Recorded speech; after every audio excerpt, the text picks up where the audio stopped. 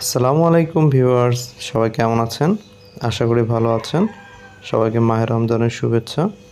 তো দেখুন, আজকে চলে এসেছি রসালো মজাদার বুন্দিয়া রেসিপি নিয়ে। তো প্রথমে আমি এখানে 1 কাপ বেসন নিয়ে নিচ্ছি, বুটের বেসন। এটাকে আমি একটু চেলে নিচ্ছি। চেলে নিলে এর ভিতরে দানা দানা ভাব থাকবে না এবং ব্যাটারটা অনেক মসৃণ হবে। আমি এখানে 1 কাপ পানি ইউজ করব, কিন্তু পানিটা অল্প পরিমাণ দিব আর মিশাবো। একটু একটু পানি দিবেন আর একটু একটু নাড়াচাড়া করবেন। আপনাদের এই ব্যাটারটা যত সুন্দর হবে, মসৃণ হবে, তত আপনাদের বুন্দিয়াটা অনেক ফুলকো হবে এবং এর শেপটা অনেক ভালো আসবে। দেখুন, আমি অল্প অল্প পানি দিচ্ছি আর অল্প অল্প করে মেশাচ্ছি। একবারে পানি বেশি দিলে যদি পাতলা হয়ে যায় তখন সমস্যায় পড়বেন। এই যে দেখুন, এটা ফেটাতে ফেটাতে আমাদের ফোমের মতো একটু সাদাটে কালার চলে এসছে। যখন দেখবেন ড্রপগুলো পড়ছে কিন্তু সহজে মিশে যাচ্ছে না, ঠিক ওই পর্যায়ে আপনারা এটা বুঝবেন যে হয়ে গেছে। তো আমি এই ব্যাটার থেকে সামান্য কিছু ব্যাটার আরেকটা বাটিতে নিয়ে নিচ্ছি। এটাতে আমরা রেড ফুড কালার অ্যাড করব কয়েক ফোঁটা। এটা অপশনাল, আপনারা চাইলে স্কিপ করতে পারেন। আমি জাস্ট সৌন্দর্যের জন্য করছি। এখানে একটা কড়াইয়ে আমি তেল গরম করতে দিয়েছি। তেলটা মোটামুটি গরম হয়ে আসলে দেখুন, আমি ব্যাটারগুলো একটা ফুটো ছাঁকনির মতো এতে নিয়ে নিয়েছি। সেখান থেকে এটা আপন মনে ফোঁটা ফোঁটা আকারে তেলের মধ্যে পড়বে এবং বুন্দিয়ার শেপ চলে আসবে।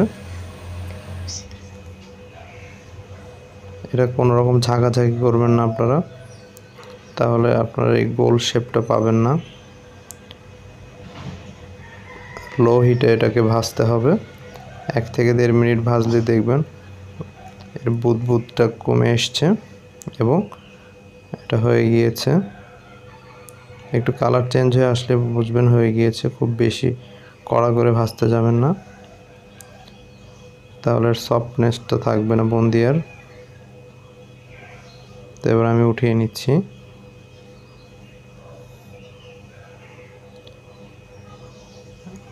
আর পুনরায় ব্যাটার দেওয়ার পূর্বে আপনার যে ছিদ্র চামিচটা রয়েছে সেটা ভালোভাবে মুছে নেবেন এপাশ ওপাশ, তা না হলে বুন্দিয়া শেপ ভালো আসবে না। খুব ইজি একটা প্রসেস এবং মাত্র 2-3টা উপকরণ দিয়ে আপনারা এই বুন্দিয়া বানিয়ে নিতে পারবেন। বাজার থেকে কেনা বুন্দিয়া অবশ্যই খাবেন না, কারণ তাদের যে তেলগুলো থাকে এগুলো স্বাস্থ্যকর না। বারবার ভাজতে ভাজতে তেলগুলো পুড়ে যাওয়ার কারণে অস্বাস্থ্যকর হয়ে যায়। তো দেখুন, আমি এখানে বুন্দিয়াগুলো রেডি হয়ে গেছে। এখন আমি চিনির শিরা তৈরি করব। আমি এখানে 1 কাপ চিনি নিয়ে নিয়েছি। এর মধ্যে দিয়ে দিব 1 কাপ পানি। দিয়ে আমি একটা চিনির শিরা তৈরি করে নিব। আর ফ্লেভারের জন্য আমি এখানে অ্যাড করব তেজপাতা এবং সাদা এলাচ। এই দেখুন, সাদা এলাচ দিয়ে দিলাম 2টা, একটা তেজপাতা মাঝখান থেকে ছিঁড়ে দিয়ে দিলাম। জাস্ট চিনিটা গলে গেলেই আপনাদের শিরাটা রেডি হয়ে যাবে চিনির। আপনারা যদি আর এখানে দিয়ে দিচ্ছি একটা লেবুর ফালি চিপে কয়েক ফোঁটা রস দিয়ে দিচ্ছি, তাহলে আপনাদের চিনিগুলো ক্রিস্টালাইজড হবে না, মানে দলা পেকে যাবে না চিনিগুলো। এখন দিয়ে দিচ্ছি 1 চা চামচের মতো ঘি। এটা অপশনাল, তবে ঘিটা দিলে এর ফ্লেভারটা অনেক ভালো আসে। আপনারা চাইলে 3টের একটা উপকরণ না দিলেও হবে, বুন্দিয়া দিতে পারলে ভালো। তো দেখুন, আমি এখন বুন্দিয়ার যে ভেজে রেখেছিলাম সেগুলো দিয়ে দিচ্ছি চিনির শিরার মধ্যে, দিয়ে একটু উল্টে পাল্টে মিশিয়ে নিচ্ছি। এগুলো 2-3 বার একটু উল্টে পাল্টে মিশিয়ে নিয়ে এটাকে ঢাকনা দিয়ে ঢেকে রেখে দিবেন। তারপর অটোমেটিকলি দেখবেন যে বুন্দিয়াগুলো চিনির শিরাগুলো সুইপ করে নিয়েছে বা শুষে নিয়েছে।